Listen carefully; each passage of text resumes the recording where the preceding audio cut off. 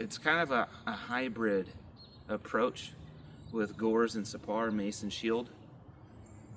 Kind of a hybrid approach in using it because you're mainly going to be offensive with this, because the length, you have to close the distance and get in tight and try to finish them quickly. It's not something with the length to just fend people off, really.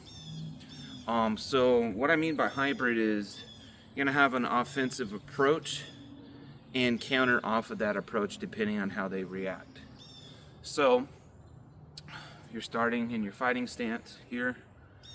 You can come into them, right?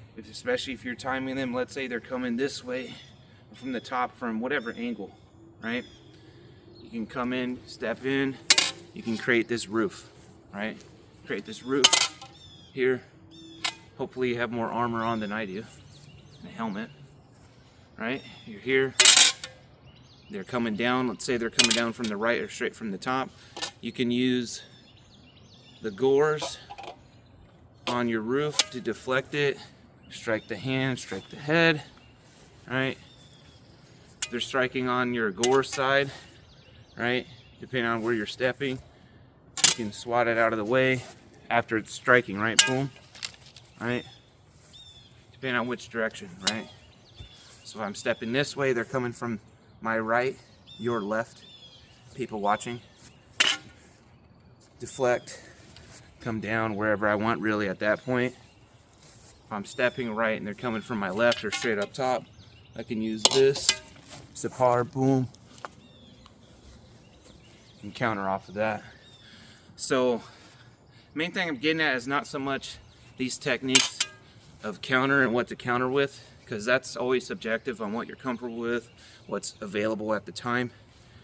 The main concept I want to go over is you need to step in and be aggressive with these tools, because this is something that you're there to finish the fight. You're not there to play games. You're not there to fence with them. You're not there to parry everything. You're there to get in tight and finish them. That's what the role of this is. You're here to break this is gonna break whatever you hit. That's your mentality with this. Every weapon has a mentality. And this one is getting in, finishing. Not playing games, nothing like that, because this is the most chaotic weapon in my opinion. Because edge alignment goes out the window. Armor armor is not always gonna save you from one of these. So this is a very chaotic instrument, but also what adds to the chaotic nature of the gores, the mace, is its length. So I have to get in close to you than any, really almost to like dagger length, right?